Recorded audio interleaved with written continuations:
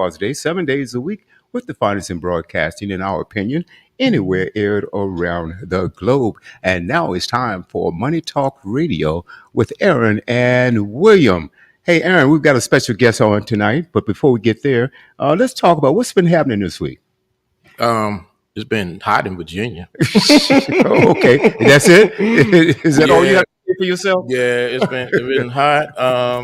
But well, I believe all across the country, really. Right, Yeah, right, but all I can do is speak for Richmond, Virginia. It's been right. it's been hot, and so Yeah. just trying to cool down and appreciate the AC. Yeah, tell me about it. Tell me. Mine went out a couple of weeks ago Ooh, for the second time. ooh, Oh boy, oh boy, oh boy. And this is a three-story building here. The studio is on the second floor. And man, oh man, it was. And look, they gave me an emergency AC. They had to bring something over here because it gets mm, hot in the studio. But yeah, definitely. you're right. I've experienced this on both coasts.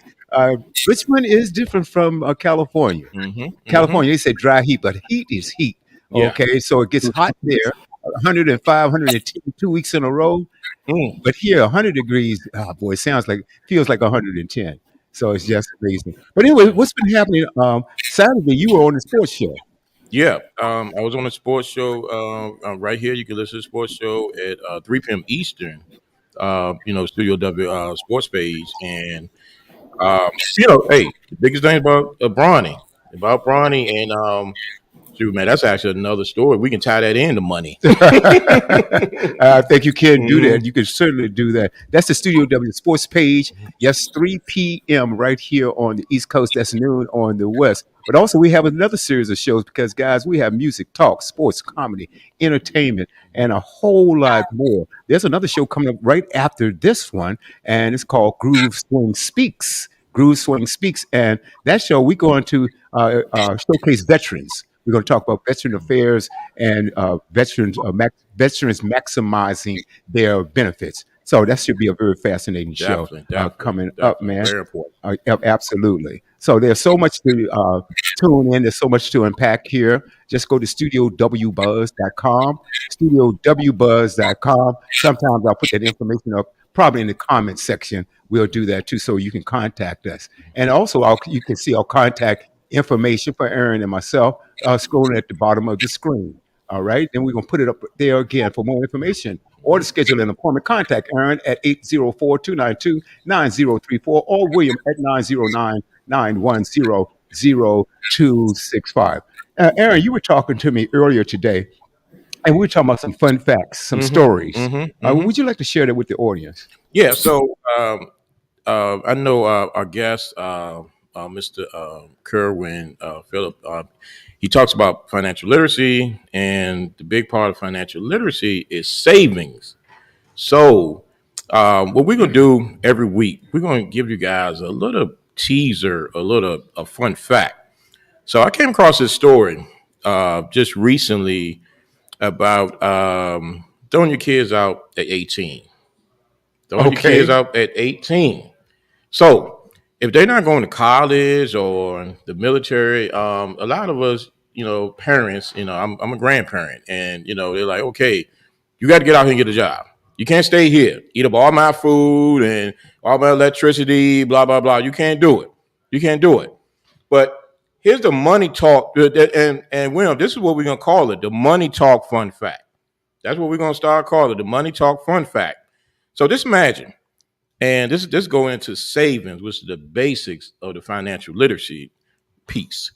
So if you get this 18-year-old kid to pay you rent, $300 in rent a month, and by 25, this kid will have Mm. $25,200. Wow. Wow. So what? So 25,200 can do a lot. Oh, absolutely. Absolutely. And instead of having this young man, well, for one, instead of throwing him out in the world unprepared, or he just sitting around your house eating food and burning electricity, or he or she. So allow them $300 in rent. Hmm. Do the math. Check my math. I mean, I'm a financial professor, but I could be wrong. But check my math. And it at 25, he would have approximately $25,200. That's money to down payment on a home, get your life started. So much, Absolutely. so much. Absolutely. Well, you know the thing about that also, you're teaching them a valuable lesson, on how to save. Get them accustomed to that, Hmm. And once they see that bank account growing, man, they can get excited, or they will get excited themselves. Oh, wow, I've got this. But also discipline, Hmm. discipline, Paying because bills. paying your bills, because when you talk about the financial arena, and when you talk about markets out here, or you talk about just having a livable lifestyle, you need to be disciplined in your savings and diligent in that as well. So, without further ado, would you like to introduce our guest? Yes, yes, yes, yes. This is a person that I actually follow. I follow for some time. When I actually never met him in person, and when we spoke on the phone the other day and stuff, I told him I actually would follow him, and I guess you say a fan, I guess a fan of this brother. He goes by a lot of titles. Small business consultant, uh, hip hop junkie, financial literacy advocate. I can't even think of the other ones you had on there. Just the name. Oh, public speaker. Yeah, public speaker. So, and author of Malik's First Job. Hmm. So we have Mr. Kerwyn Phillip. What's up, my brother? Peace, peace, peace. What's going on? How y'all feeling? Feeling We're great. great. What's Hey, up? welcome to the set. I'd like to also welcome you to the set. Thank you so Thank much you. for taking your time to come on with us. Definitely. Well, thank you all for the invitation. I really appreciate it. So before we get started, or let's get started now, why don't you tell us a little bit about you? Because Aaron, he introduced you and he talked about all the various things that you do. Uh, Right. and no one tells their story better than them. Tell us a little bit on how you got started, why you do what you're doing, what motivates you to continue doing this. All right. So just to kind of give you some background, I consider myself a financial literacy advocate. I focus on entrepreneurship, financial literacy for young people. In addition to me authoring the book, I'm also the president of the Youth Business Exchange, which is a 501c3 nonprofit organization here in Richmond, Virginia. And we Hmm. host the annual Richmond Children's Business Fair, which is held at the Science Museum annually. Right, it's a platform where we allow young entrepreneurs between the ages of 5 and 17 a platform for them to come out and promote their businesses. Mm. I think right now entrepreneurship is a hot topic, and a lot of young people are getting involved into entrepreneurship, and it's important for us to support them in any way that we can. Um, what kind of got me started with this? I've always been a person that always wanted to give back to the community. Years ago, I was doing some work. I was working with the Richmond Public Library. Initially, I started doing like hip hop history workshops, but then later on, we evolved and started doing like financial literacy stuff, job skills, and interviewing skills workshops. And what happened is, I was doing some financial literacy workshops with some young people, and I was using other books. Like we did like a book club, and I was using the book "The Richest Man in Babylon" by Mm. George Clason, Mm. right, Hmm. as the foundation for the book club. And as the kids were reading it, they got kind of hung up with the setting of the book, as well as a lot of the names in the book as well. Right, some of the names were hard to pronounce. They really couldn't identify with the setting. So it kind of took away from me trying to teach the lesson because we had too much conversation about how you pronounce this name. What does that mean? And I said, okay, Hmm. what can I do to kind of make it more digestible, for the audience which I was serving? So I said, I can just write my own book, right? Pretty much teach the same principles, and that's what gave birth to Malik's First Job, Financial Principles for Teens. It's about a young man growing up in Brooklyn, New York, going to a local sneaker store to get a job, right? So he's preparing for the job, going through the job interview process. Then afterwards, realizing because he's seen different examples of people struggling in his community, and he didn't want to fall in the same boat. So he reached out to his father and said, "Look, Dad, I need to kind of figure out how to manage this money thing." And his father shares with him several key principles of financial literacy. Mm. Okay. Mm. Yeah. Would you share those keys with us? Ah, first and foremost, I'm trying to go off the top of my head. First thing is paying yourself first. right? We speak about saving, right? Mm-hmm. Knowing the difference between the asset and liability, um, knowing how to budget, right? Being responsible with your money, having a source of income, whether it's through a job, entrepreneurship, or figuring out what skills you have. There's several others, and I think another important one that's in the book is that people often forget is is the importance of charity, right? Being able to give back and give away, because often when you give is how you receive as well. Mm-hmm. The law of reciprocity. Mm-hmm.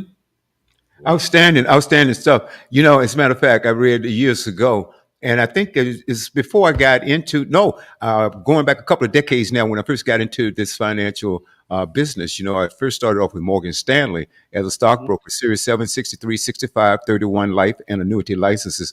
Now I'll break all that down for the audience, okay, later on, because I hate to talk in terms that our audience may or may not understand. And they may be astute or an expert in other fields, but none of us are experts in everything. Mhm. Okay, Mhm. and that's why when I'm giving talks, or I'm giving whether it's a seminar or speeches or whatever it is, I hate using acronyms. You know, Right. a speaker will get up there, and I think that's the biggest mistake for a speaker is to continuously use acronyms when the vast audience do not know what he or she is talking about. So Right. you have to break it down. Just like when you said the book that the richest man in Babylon, the kids, yeah, it's a great story. It's a great Mhm. story, but you have to be able to comprehend that story in order for it to benefit you. So I Right. applaud you on what you did. Kind of talk about a little bit about paying yourself back. What does that mean? Well, paying yourself first, pretty much is, whenever you get a source of income, you get your paycheck or whatever the case may be, instead of paying any other bills, you pay yourself first, right? You take a certain portion of that income and set it to the side for yourself, right? Often, like people say, at least 10%, or if you could do 20 or 30%, then you do that, right? And what you do with that money, you put it to the side and you save it. Um, and you can break that up into different categories as well. You can have a certain portion that you invest, a certain portion for emergency savings, and some people say put some for charity as well. But just taking that money, let's put it to the side. You have like an emergency fund, right? In case life happens. You have Murphy that comes through and hollers at you every now and then. Murphy's law, right? When something happens, it's going to happen, Mhm. right? So you have some money set to the side because what happens? I know, like when I first started in the working, as a young person, I often, like when I got paid, I spent it all. Right? I Mhm. wasn't thinking about saving. I was eating out. I made sure my bills were paid, but I was eating out, just buying clothes, doing whatever. And then when an emergency happened, I didn't have anything to fall back on. Right. Right? But if I had took that time, because it's oftentimes we spend money we don't have to spend. Right? I know, like when me and my wife, we first got together, I used to get paid every week, and every week we was going checking out every new restaurant that was in town. So we Hmm. never ate there before. Let's go see what they offer. Right. And instead of cooking at the house, we was spending money. We was like in our early 20s, you Hmm. know, no kids at the time. Hmm. We were just living life, right? Hmm. But then, when we had the car broke down, right? Then it's like, oh, what do we do now, right? Right. Mhm. Mhm. Mhm. So it's important again at first establish an emergency savings, and that can be done again by taking that 10%. Let's say if you're earning like $500, you take $50 out of that 500 and put it to the side and let that accumulate. Like every week, if you get paid weekly or whatever, take that small portion because it's not a lot, and put it to the side and let that build up. And then once you have a certain amount, okay, now I have an emergency fund, maybe like $1,000, $3,000, or something like that. Then as you continue to build, now you can have some money. Let's start investing, Hmm. right? Let's start doing some other things, letting that money work for us. And that, we'll probably get into that conversation as well. But the most important thing is just having that discipline to know that, let me kind of set something to the side first before I start getting anybody else any money. Right. Right. Right. Right. Yeah, and that discipline is a key word, and we talked about that, and I guess that's gonna be the word of the day: discipline. Discipline. But, so let me ask you this: so did you grow up knowing financial literacy? Because my personal story is I Hmm. actually didn't, Right. and I know a lot of people in our community, and well, I'm gonna tell you about my personal story is I was taught to work and pay bills, and that was it. That was it. You know, wasn't really no savings. And you mentioned about that first job deal, and it's funny because I remember my first job. I flipped burgers at Hardee's. Flip burgers at Hardee's. Mm. Yeah. So when I got that paycheck, and I'm gonna date myself. I think that paycheck might have been maybe like $100, $98, whatever, something like that, part time, Right. high school. And don't you know, might have got paid Friday, and I might have had probably 10 cents by Sunday. About 10 cents by Sunday. You know, and so I tell that story. I laugh about it now, but I tell that story because I wasn't taught saving, Man. just like what you said. And you young, you know, I think I was like 16, whatever. You know, you're going out to McDonald's and this and you know, going out with your boys and dances, you name it and stuff, and didn't have a dime by Monday. Right. Didn't have a dime. You know, I tell you what, I'm laughing here. And a couple of things that you said, Mr. Phillip, and that is charity. Mm. Yes. Okay, and how important it is to give back. And I tell you that does a couple of different things because I believe what goes around does come back around. But secondly, you are also, you say for instance, you're a young entrepreneur or an entrepreneur itself, and you get involved with a charity, and you're getting involved with the community. Now you've got future prospects. Oh yeah. You think about that because hey, Aaron, oh boy, he contributes to this or he does this for this. Now, when Aaron comes to talk to me about anything, I'm going to listen to what he has to say because Right. he's familiar. He's a good guy, somebody Right. that can be trusted. Because if he's giving this, his resources away like this, unselfishly, then this is somebody that I want to sit down and talk to. And something else you say now. Kerwyn, when you say you got paid or earn, you got paid, and I did the same thing. Mm-hmm. And my thing was, I love to go out when I was young. I love to go out partying, and I'm going shopping every week. Mhm. Okay, now I didn't have to buy clothes every week. Mm-hmm. I Right. didn't have to go out, but you know, you're going out with your boys. Hey, what you doing tonight, man? What we doing? Okay, let's go. Boom. All right, and like you say, by Sunday night or Monday, we're broke. They ain't have nothing. Nothing. You Not know, even lint. so, but Right. think about also, Karen. You mentioned something about you got $500. Take $50 a week and put that away. Well, at the end, let's do the math. At the end of the month, you got $200, don't you? Yep. At the end of the year, you got $2,400. Now, what if we made that $100? Say we took $100 out of that $500 and put that away. You see the way that works? Okay. Yeah. Yeah, another thing that Aaron and we're big on, and I want to get back to you, sir, because we want to talk a little bit more about you, your foundation or your charity. Now, you have a 501c3, is that correct? Yes, sir. Okay, and you're the president of that 501c3. And we want to talk about that a little bit more because we are certainly interested in young children. And Aaron and I, we do life and annuity. And I apply for my health here. And like I said, I gave you the background in my investments, but we'd like to talk about building your portfolio through sound financial principles. Meaning, you put it in something that you know you're not going to lose, yet it can give you the potential of making money off. I'm not talking about a regular savings account either, you know. Right. And that story you were telling earlier when the show just started, Mm-hmm. I'll give you a personal story. I have a client that has 5 $1 million whole life policies. Wow. He also has his business, and he's in Lake Arrowhead, California. If you guys haven't been to California, that's up in the mountains, right? And so it can be hot down in the lowland, but up in the mountains, it could be cool, and it could be like pleasant here in the lowland, but in the mountains, it could be snowing. So it was seasonal up there, and he had a real estate business. So certain seasons, money wasn't coming in. So he would call me up. He says, "William, I need $25,000." Now he could have gone to the bank, Hmm. but he took it out of his whole life policy. Okay. And then what did he do? When business picked back up, he went on and paid it back. He went on and paid it back to himself. All right. So Aaron and I, we have these stories all the time. We talk about that. Now, think about this. What if we tell our young children also, or we open up a whole life policy for our young children and let them start contributing money to that? Now, you can match it, or they had jobs and something like that. Let them do that. Okay.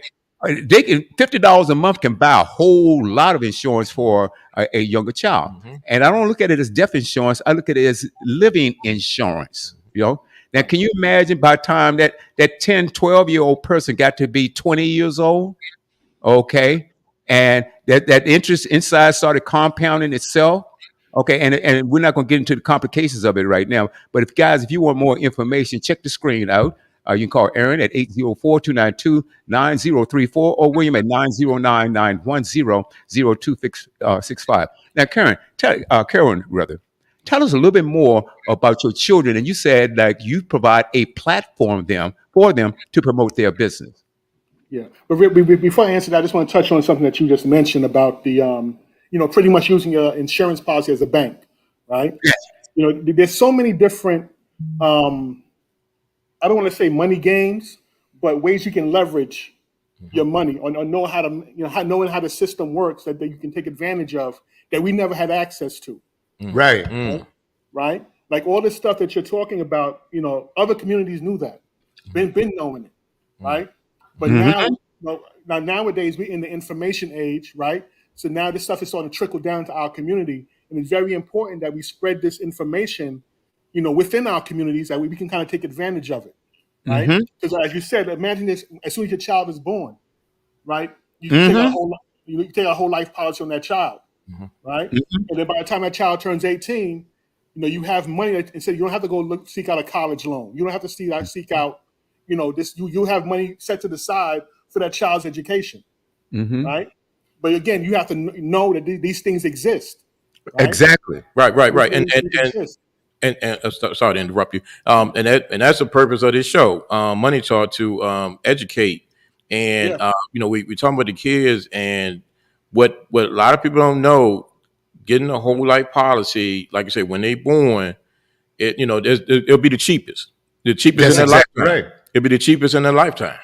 You You're know, 100% correct. yeah. So like I said, you mentioned college. So okay, just imagine that child having, you know, tens of hundreds of thousands of dollars, to go to college. Or either Mm-hmm. they say, okay, I don't want to go to college. Maybe I want to open up a auto body shop, Mm-hmm. so I don't have to go to the bank. Mm-hmm. And like mama, daddy, how much money I got in my whole life policy, you know, and when that auto body shop does well, pay yourself back. Absolutely. Pay yourself back. This is really good information Mm-hmm. and it's foundational. Mm-hmm. And I tell you what, because a lot of times when you start talking to somebody, I remember when I first got into this industry, you start talking about people about life insurance, they would almost cringe. Mm-hmm. oh yeah, Like if I it's buy, taboo. it was taboo because they were thinking, if I buy this life insurance, I might pass away. It was Yeah, almost like they were putting a curse on themselves, Mm-hmm. or they felt that way if they were. I mean, it's just crazy. It's Mm-hmm. just crazy. Now, there's different types of life insurance, folks, and so we're not. You're not going to get money back from a term policy. Okay, so forget that. Okay, we're talking about money. We're talking about policies, and we talk about let's make life insurance fun, and that's what fun to say. Okay, if you know that you have something good coming down the road, you tend to get excited about it, don't you? Mm-hmm. right. And if you knew that you had something that you could count on coming down the road, and it was going to give you probably improve your lifestyle or help you with that business you want to open, or maybe perhaps buy that new home down the road, pay for your college education down the road.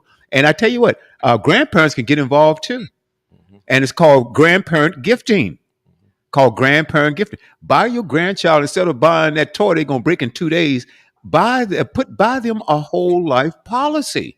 As a matter of fact, there's a cute story that I read. We were talking about stories that's being published, Mm-hmm. okay? Mm-hmm. Right. And it was talking about how this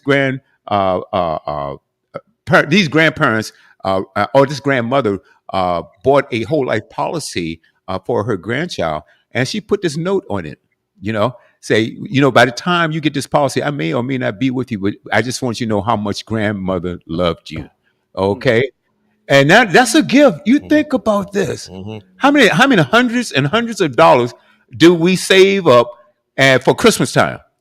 Yeah, Because that kid need that, what is it, PS5? What is that? It's so Whatever. much. It's so much, man. yeah. Okay. The gaming system. Yeah, Gentlemen truth. Oh, you went and bought your 12-year-old the top of the line iPhone. What in the world does a 12-year-old need with a top of the line iPhone? You know. Now, if you want them to have something to communicate with you, fine. You can get them an inexpensive phone, but that $1,200 iPhone, how long is it going to last? Because these phones are last now. Oh, I think they do this on purpose. I think they design them so they'll last for about 3 years, Right. 2 or 3 years. Oh, right after you paid it off. Just Right like your car. Just like a car. Yeah, just like a car. Because I remember when I first got my iPhone here, I've had this almost 3 years now, but I noticed how it needs to be charged more and more and more each day, right? In the past, it would go for 2 days. All right. And now I'll be lucky if I can get through the day without having to charge it again. Yeah. So that's annoying. So you says, doggone it. Let me see what's wrong with my phone. So I went to, before that, I had an Android that did the same thing. And so I went to the phone company and I said, I need a battery for this thing. It told, we don't, they don't come with batteries anymore. Nope. Oh, so what? Oh, so these phones are now disposable after a few years. And see that phone game. So everything they tell you to download an app. So the app is constantly draining your battery. So everything you do, whether you looking for car insurance, life insurance, whatever, download app. So that's the whole game.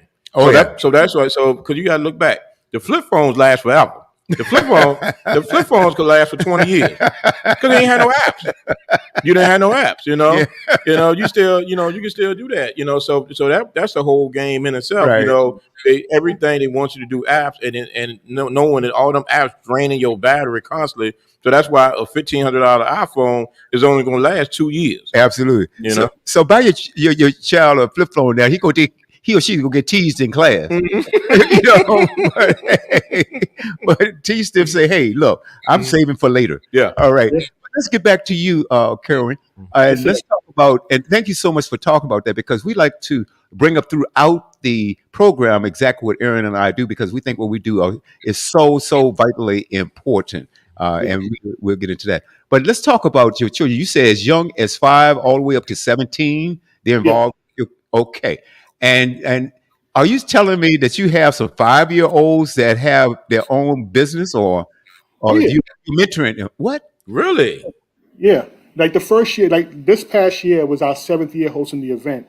When we first did it in 2017 or 2018, our first year, we had a 5-year-old chef, Chef Jaheem, from Richmond, Virginia. And he was, at that time we did it in the front of the Science Museum. And he had cooked. He had like some baked salmon, some baked chicken, mac and cheese, a whole bunch of stuff that he cooked. And he had video online of him cooking. Of course, his mom helped him a little bit, but he was in the kitchen, seasoning the meat and doing all this stuff, and came out and sold out. Now, every year he participated in our business fair. He sells out. I mean, and the food is good. It's good. And he's 13 now. Let's see. At 5, he probably about like 12, 13. Yeah. Right. And is he still in business? He didn't participate like the past 2 years, but I think he is. Yeah. I speak to the mom every now and then. Then his brother has a lemonade company. Wow. If you ever saw a Breezy's Lemonade. Okay. Yeah. That's his brother's a chef, and Breezy makes the lemonade. That's what I'm talking about. See, that is so inspiring if you think about it. You think about this because we have adults right now that says, well, I can't find a job. I can't do this. I can't do that. I can't do that, And so, but to hear that 5-year-old, what a story. What an absolute story. And give us some other examples of some successful entrepreneurs that you help mentor. Right. So I would say I mentor them. We provide the platform. Right. Even though we were trying to, I guess before the pandemic, we were doing like monthly workshops. But then like the pandemic hit, we kind of stopped, but now we're trying to pick that back up again. So we're trying to build that momentum back up. But we had several success stories that came out of the business fair. We had this young man, Christian Washington. He participated for the past couple of years at our business fair. He makes cookies. And he caters for different events throughout the city. the mayor's office and Mm. other other organizations. I think he did some stuff for Capital One. Okay. And again, he's baking cookies. You Wow. know, earlier this summer he traveled to Baltimore. Worked with the Associated Black Charities. They had an event, and they invited him up there to come and speak to young people. Mm. I think he's going back in Baltimore in a couple of weeks for another event. So he's speaking about his experience, sharing with others, in addition to being an entrepreneur. Now, you're making money, make, Yeah, making money and having fun. Now this is all inspiring. I'm telling you right now. Definitely. And I'm just going to step out, Aaron, and say this. What we like to do, Kerwyn, anytime, and we can do this sometime on this platform. We're booking shows right now, but at some point in time, we like to bring on you and a couple of your young oh entrepreneurs yeah, right here on the set and let them tell their story. Right. Right. Because and it sounds like the parents. Let's go back to what is it, Raheem and Breezy. yeah. Those Chef Jaheem, Jaheim, Jaheem and Breezy. Jaheim, Right. Right. Jaheim. Their parents are their parents entrepreneurs. Yes, the Tamil, yes, they're Mm. also entrepreneurs as well. It's a big difference. It's Okay, big. so they're out there teaching their children, okay, the business world, and that is so vitally important. I remember growing up as a young man, I wanted to have my own business one day. You Yeah, know, I really wanted. I used to dream that, and uh, and I never really wanted to work for anyone. Of course, you have to coming up sometimes because you need that right. income, to function. You see, but also to have that discipline. Getting back, like you said, this is the word of the day. Hmm. Having that discipline Hmm. to be able to do that, because instead of going out and playing basketball or baseball or whatever it is, and or video games, these children or these young scholars, I'm going to put it that way, they are talking about building their own business, building a life for themselves. Can you imagine at the age of 5 to 10, 12, Mm. 13, 14, 17? And by the time you're 25, 30 years old, you're pretty much established as long as you stay Yeah. with your particular dream and things of that nature. And You this is know, really cool. And it sounds like the young men. Now, the stories that you hear do you feel that I know you feel an inspiration, but an enthusiasm coming from these young scholars? oh yeah, because you get a chance to make your own money. Definitely excited about that. Mhm. Just think about if, like, say for instance, look at Christian Washington, who bakes the cookies. Like, he goes in the kitchen.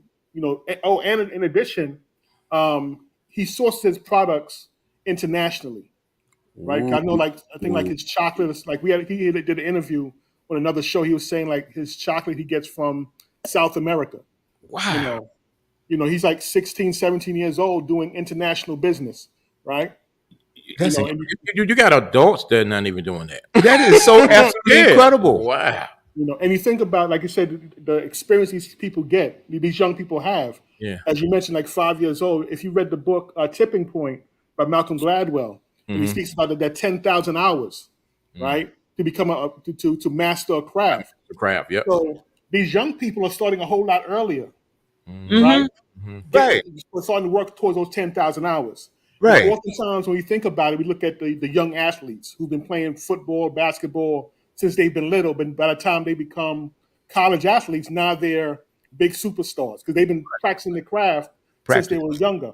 Now in this day and time, now with us, supporting entrepreneurship, we have young entrepreneurs who are starting a whole lot earlier and mastering their craft. And as you said, by the time they turn 20 and 30, they've been doing it for X amount of years. Right, So now, how much further can they take their business? Now, they may not, they may start selling cookies, right?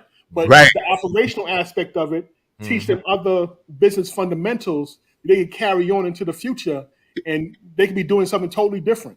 right.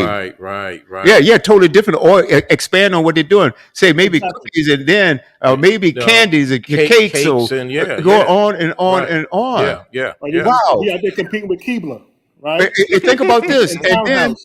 Right. that's right. And then say, for instance, might want to sell some franchises off. I mean, there's Mm. so much that you can Yeah. do.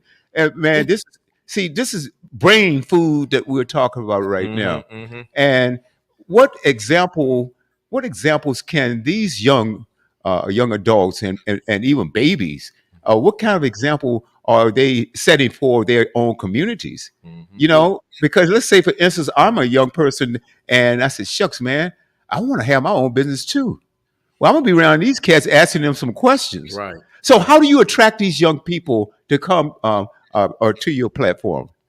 Well, again, like what happens, I guess, like, again, like the first year we did it, we had about 30 participants, and then like the word got out, and by word of mouth, every year it just grew.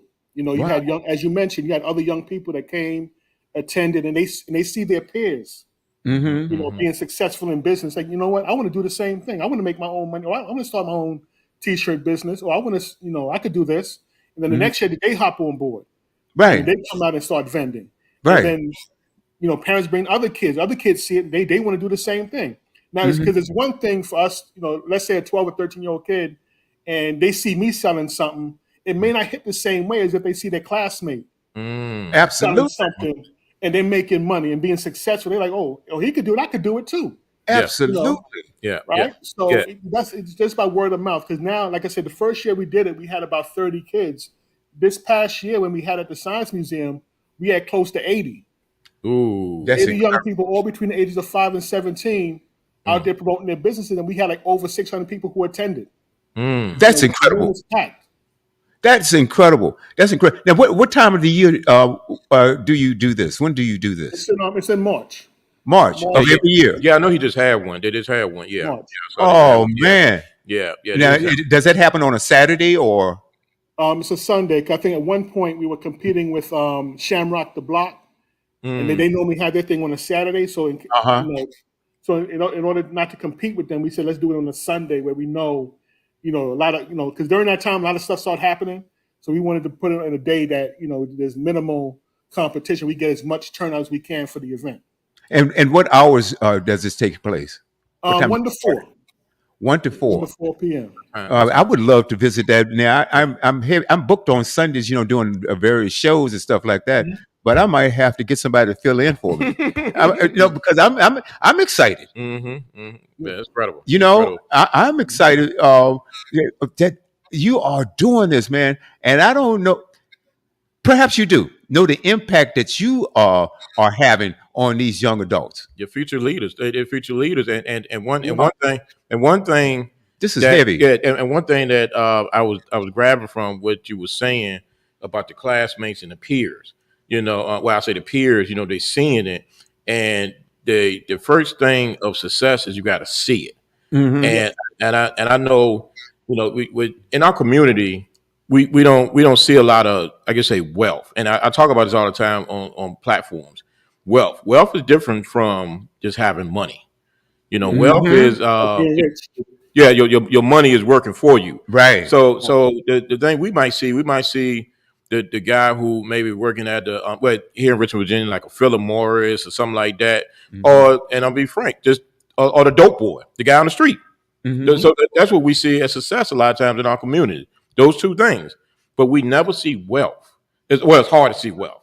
Mhm. Other communities, they see wealth, so they see that CEO Mhm. of that corporations and things like that, or that their dad is a CEO, or the owner of, Mhm. of several franchises or something like that. So in other communities, Right. so what you said about these kids, and again, going back to you, which I give you all the praises with that, you are building future entrepreneurs in our community.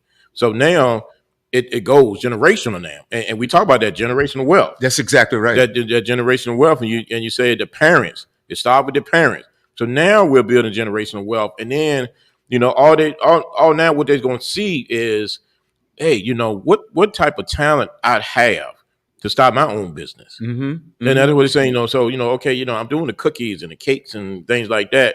So Mm-hmm. then you got the brother, like you say, doing something else. And then, then you might have the sister say, hey, I'm good with hair. So let Mm-hmm. me own my own salon, and maybe not one salon, maybe a franchise, a chain of salons. Mm-hmm. So again, going back to that singing, we Mm-hmm. got to see it, and we're not seeing it, that wealth Yeah, in our community. I could agree Let me more. chime in real quick. Let me chime in real quick. I know you mentioned, I said we don't see it. And I Mhm. think that was somewhat intentional. If you look at the historical, impact that took place in our community. If you go back like to the Black Wall Street, Oh, that's another show. Oh boy. right? Oh, yeah, yeah, The yeah. young people who grew up in that community, they saw it in Right. Tulsa, right? Mm-hmm. Here in Jackson Ward, in Mm-hmm. Richmond, right? Mm-hmm. When Mm-hmm. that was a thriving black area. Think Right. about the young people who saw that and saw Mm-hmm. that growing and flourishing. The Maggie Right Walk, now in North Carolina, Durham, right? In Durham, North Carolina. Durham. Mm-hmm. So throughout the people often only limited to just Tulsa. Right. You Yeah. know, Hold all over. Yeah. after Reconstruction, you know, we couldn't go other places. So we said, you know, we got to start doing for self, Right. right? And that's what we did. Mm-hmm. But then through different systematic methods, Right. right?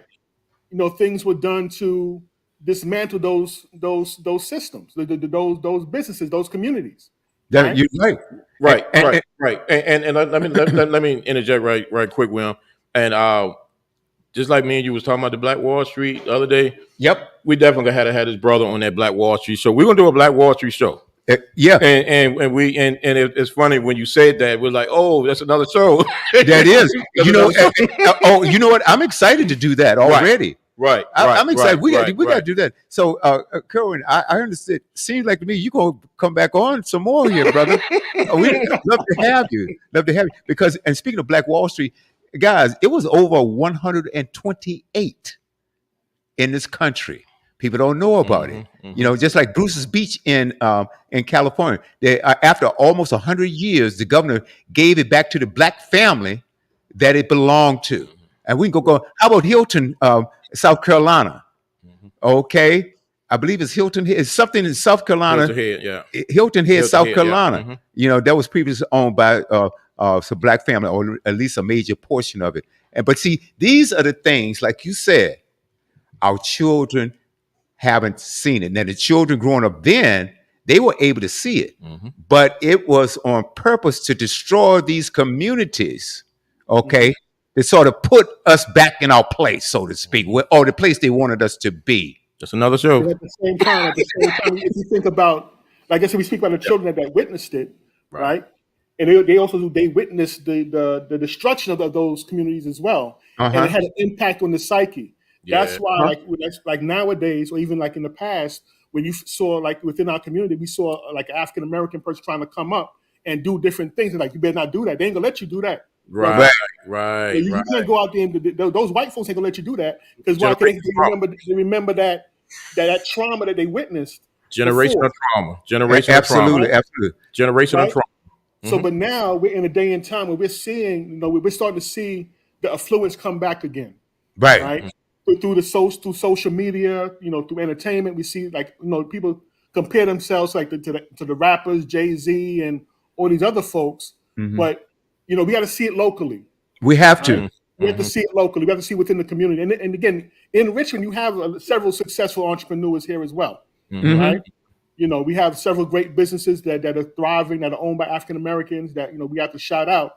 You know, so again, the kids have to see that because it's not just the Jay-Z's and the 50 Cents and the Rick Rosses. You have people here locally, right, doing the same thing and doing much great things. Yeah, and I'm sorry, Will. And that's the thing because, like you said, they got to see it and they got to be able to touch that person. You know, you can't touch Jay-Z. You know, more than likely, you can't see Jay-Z and call Jay-Z up, but they see that guy down the street. They see Mr. Jones down the street who own, you know, like a fleet of car dealerships and stuff. That's what they have to see, and that's what happened with Black Wall Street. And again, you know, that's just another show. And that's going to be a powerful show with that one. You know, and we got to bring you on too. Yeah. Oh, absolutely. He's got to be here. Or otherwise, we have to put an APB out on him. Yeah, we'll find him. We'll find you now. Yeah, we'll find you. But check this out.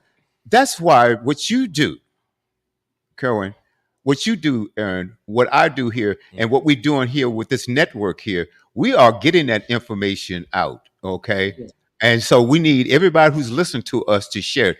Kerwyn, I want to ask you, please share our show with or the station with your followers, your fans, your followers, and even your children. And we're going to have that show on with some of your young entrepreneurs too, because to me, I'm already excited about it. And to know that we have young people out here, and that's what we need to see. That's what people need to know, that there are uh, young people out here just doing things. Because conversely, if you look at mainstream media and you see how we are portrayed, Right. either sports or something not so Entertainment. productive. Mm-hmm. Okay, Mm-hmm. you see, but let's talk about the people out here that aren't making a lot of noise as far as getting on social media or getting on TV or even and your local media, not your local media, but your mainstream media. They're not reporting all the great stuff out here.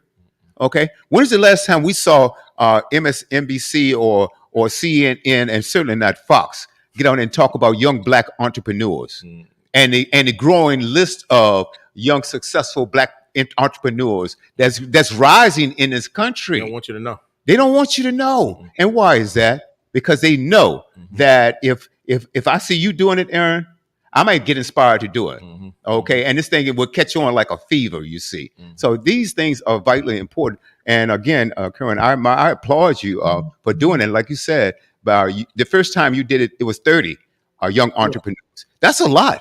Mm-hmm. That's what the And first you one was. think about it, Yeah. and now it's up to 80. So that means that obviously there's a groundswell of good information that you're putting out there. So what inspires you to do this? Again, at the time, myself and one of my partners, Sean Young, we had a nonprofit organization, teaching leadership and entrepreneurship to to young men, actually. Mhm. And then I met another young lady, CJ Walker, and she had a different organization, and we both like Sean and I had a discussion about trying to put some type of entrepreneurship event for young people. And then when Mhm. I met CJ, she had a similar idea. And I said, well, why not just combine forces? Let's do it together. So Mhm. then, that I kind of spearheaded the first business fair. We all worked together to put it together, and we saw it was a success. Then we just like Bill Cosby, Sidney Poitier, we said, let's do it again. Following year, we did it again. It was another success. Then said, "Look, let's keep on doing it." Mhm. And 7 years later, we're still up and running. Okay. Is there any entry fee or qualifications they need to meet in order to be part of this? Yeah. So to participate in the business fair, I think last year, like the past few years, has been $25. But I think Okay. we have to raise it because the venue has gone up for us. So I Hmm. think we may be going up to I think like $35 or $40. Right. I can't remember exact the dollar amount, but it's still inexpensive. Because again, most of the kids that participate, they sell out their products. Mm. So um, so yeah, definitely worth participating. Well, I predicted you're gonna have 100 in March this year. I don't think the Science Museum could hold 100. You might. You know, So, we, so you Get need to another venue. you need another venue. Mm-hmm. You need. eventually, yeah. Oh, this is absolutely. Now, is this? I know you've written one book, and I heard through the grapevine that you're working on another.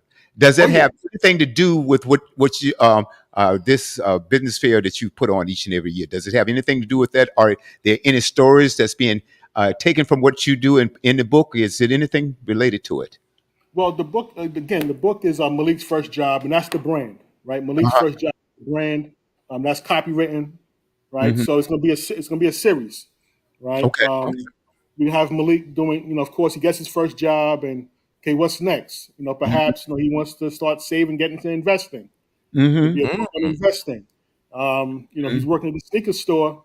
He may get inspired by the owner, open up Hmm. his own store. Now it's a book on entrepreneurship.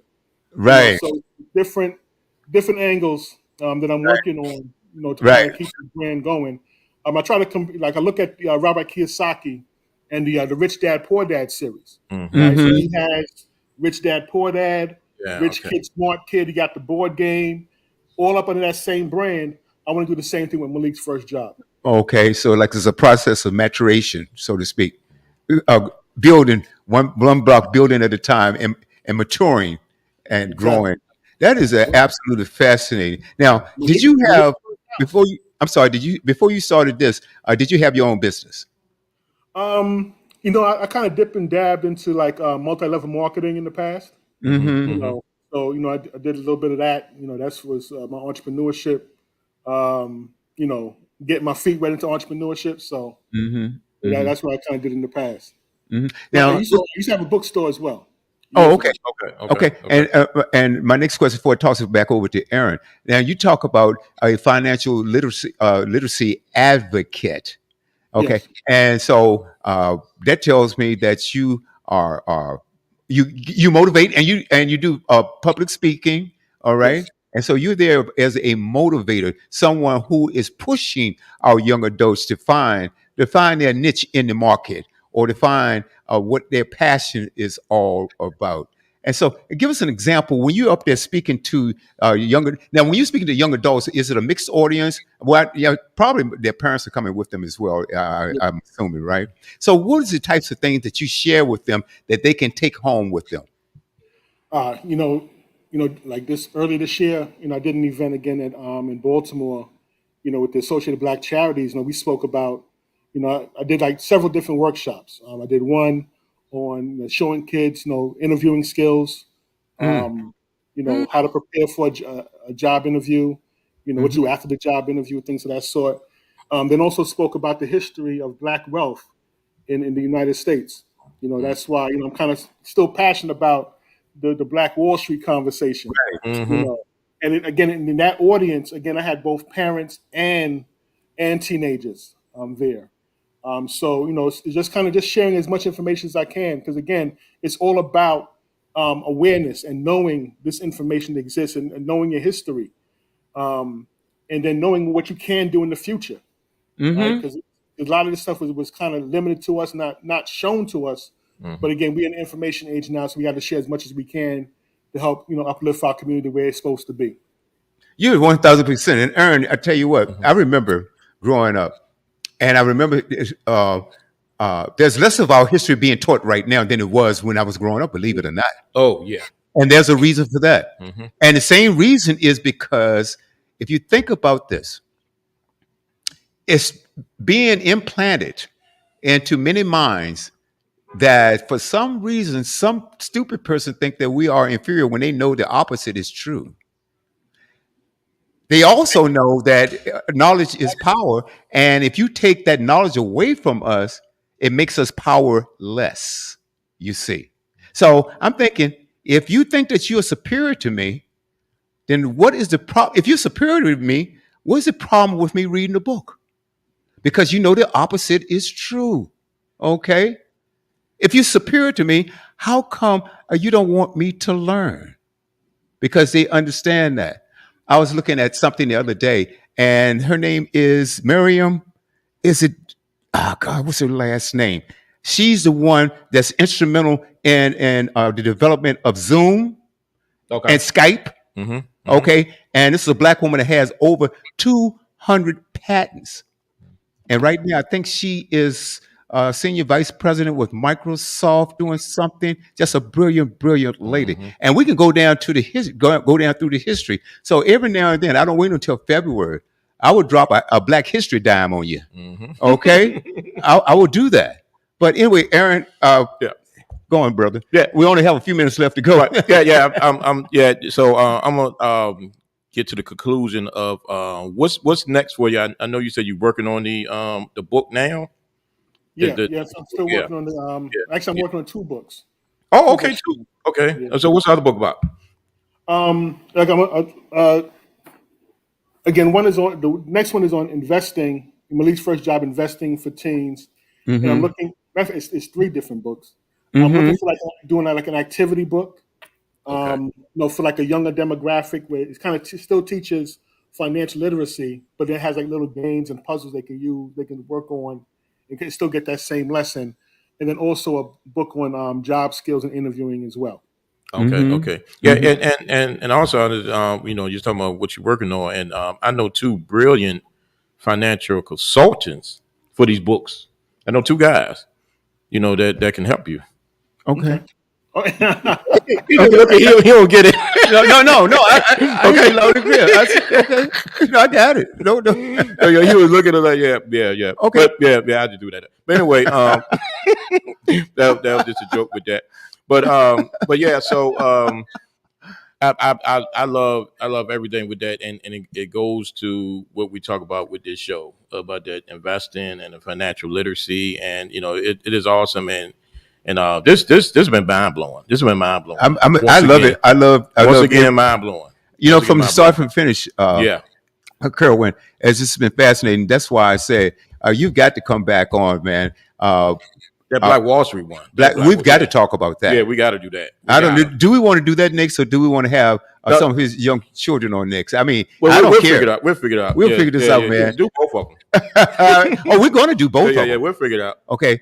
We just want to make sure that we give ample time to each, so it's going to be 2 separate shows at least. Mm-hmm. And we're going to have you back on, man, because I love your passion, love what you're doing, and your knowledge. And I tell you what, it's always important to bring back those historical facts that's being left out now. They're banning books. They're taking information out of school. They're talking about DEI like it's a bad thing. And anyone who's against DEI, that tells me a lot about you. Don't you want, a free country like ours to be diverse? Okay. Is that what you're saying, that you don't want that? You don't want inclusion?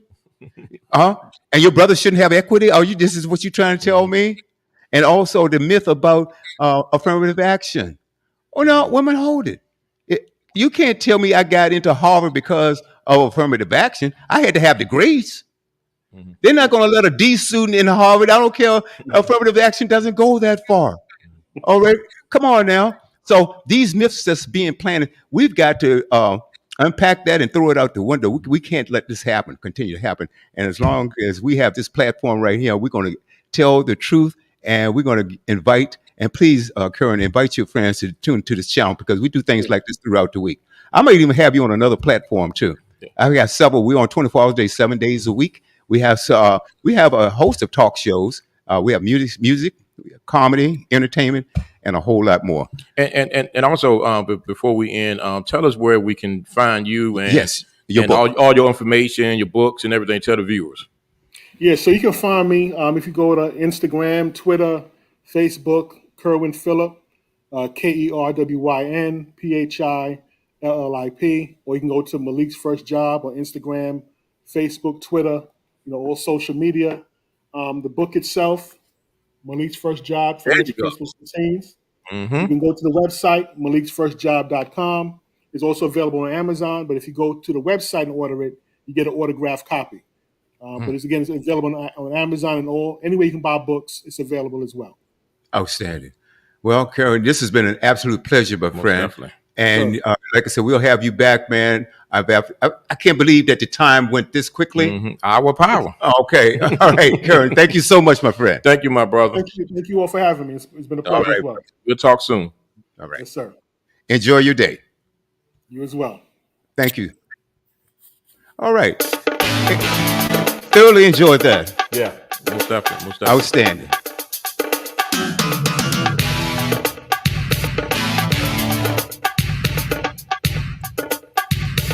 All right, ladies and gentlemen, stay tuned for Groove Swing Speaks right here